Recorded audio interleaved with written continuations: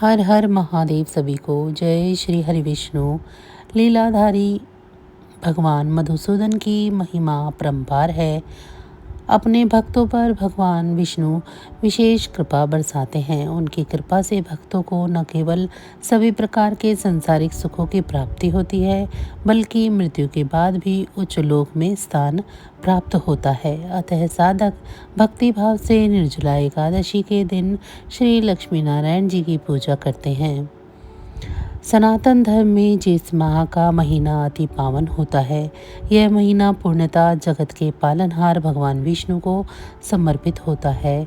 इस महीने में निर्जला एकादशी मनाई जाती है। इस व्रत की महिमा विष्णु पुराण समेत प्रमुख सनातन शास्त्रों में निहित है। कहते हैं कि निर्जला एकादशी व्रत करने से साधक को सभी एकादशी के बराबर पुण्य फल मिलता है। आइए निर्जला एकादशी के बारे में सब कुछ जान लेते हैं। हर साल ज्येष्ठ माह के शुक्ल पक्ष की दशमी के अगले दिन निर्जला एकादशी मनाई जाती है। इसके अगले दिन यानी द्वादशी तिथि को इसका पालन किया जाता है। इस व्रत में निर्जला उपवास रखा जाता है। व्रत के दौरान एकादशी तिथि के सूर्य उदय से लेकर द्वादशी तिथि के सूर्योदय होने तक अन्न और जल ग्रहण नहीं किया जाता है। निर्जला एकादशी के दौरान अन्न और जल ग्रहण करना वर्जित है। वैदिक पांचांग के अनुसार ज्येष्ठ माह के शुक्ल पक्ष की एकादशी तिथि 6 जून को देर रात 2:15 से शुरू होगी।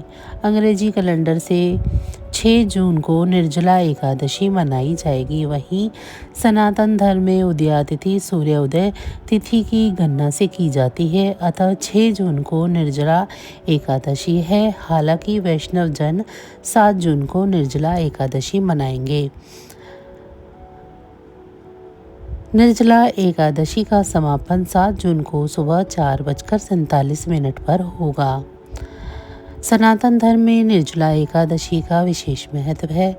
इस व्रत को करने से साधक दीर्घायु होता है। वहीं मृत्यु के बाद साधक को मोक्ष की प्राप्ति होती है। सभी एकादशियों में निर्जला एकादशी श्रेष्ठ है। व्रत के दौरान जल ग्रहण पूर्णतः वर्जित है। इस व्रत को भीमसेनी एकादशी भी कहा जाता है। गंगा दशहरा के एक दिन बाद निर्जला एकादशी मनाई जाती है।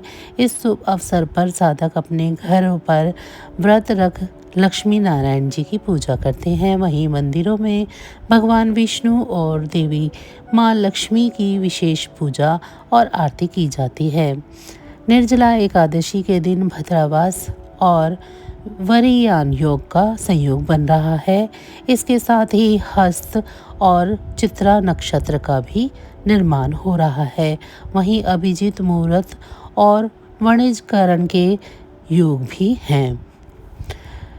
एकादशी व्रत के नियम की शुरुआत दशमी तिथि से होती है। अतः दशमी तिथि पर घर के दैनिक कार्यों से निवृत्त होने के बाद स्नान ध्यान करें। साधक गंगा जल युक्त पानी से स्नान करें और आचमन कर एकादशी व्रत का संकल्प लें। इसके बाद पीले रंग के कपड़े पहने और सूर्य देव को जल अर्पित करें। अब भक्ति भाव से लक्ष्मी नारायण जी की पूजा करें। दशमी तिथि पर सात्विक भोजन करें। साथ ही ब्रह्मचर्य नियमों का पालन करें। किसी के प्रति कोई वैर भाव न रखें और न ही किसी का दिल दुखाएं। अगले दिन यानी एकादशी तिथि पर ब्रह्म बेला में उठें। उस समय लक्ष्मी नारायण जी का ध्यान करें और उन्हें प्रणाम करें। इस समय निम्न मंत्र का पाठ करें। काग्रे वस्ते लक्ष्मी कर मध्य सरस्वती कर मूले तो गोविंद प्रभाते कर दर्शनम। अब घर की साफ सफाई करें। दैनिक कामों से निवृत्त होने के बाद गंगा जल युक्त पानी से स्नान करें। इस समय हथेली में जल लेकर आचमन करें। आचमन के समय निम्न मंत्र का उच्चारण करें। ओम केशवाय नमः, ओम नारायणाय नमः, ओम माधवाय नमः, ओम हृषिकेशवाय नमः।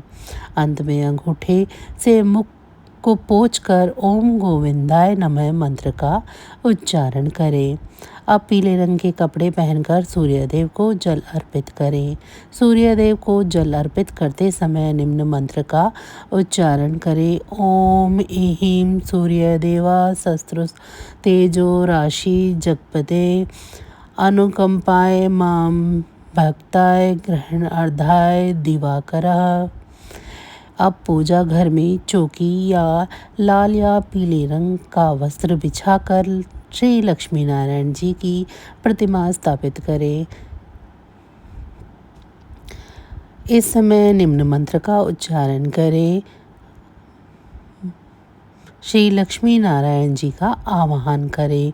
ओम शांताकारं भुजंगशयनं पद्मनाथं सुरेशं विश्वाधारं गगन सदृशं मेघवर्णं शुभांगं लक्ष्मीकान्तं कमलनयनं योगभयनगवयं वन्दे विष्णुं भवभयहरं सर्वलोकैकनाथं। इसके बाद पंचोपचार कर फल फूल धूप दीप नारियल चंदन मिठाई तुलसी और पंचामृत आदि चीज़ों से लक्ष्मी नारायण जी की पूजा करें। पूजा के समय विष्णु चालीसा श्रोत्र स्तुति का पाठ विष्णु मंत्र का जाप करें। साथ ही पूजा के समय निर्जला एकादशी व्रत कथा का भी पाठ अवश्य करें। पूजा के अंत में श्री लक्ष्मी नारायण जी की आरती कर सुख और सौभाग्य में वृद्धि की कामना करें।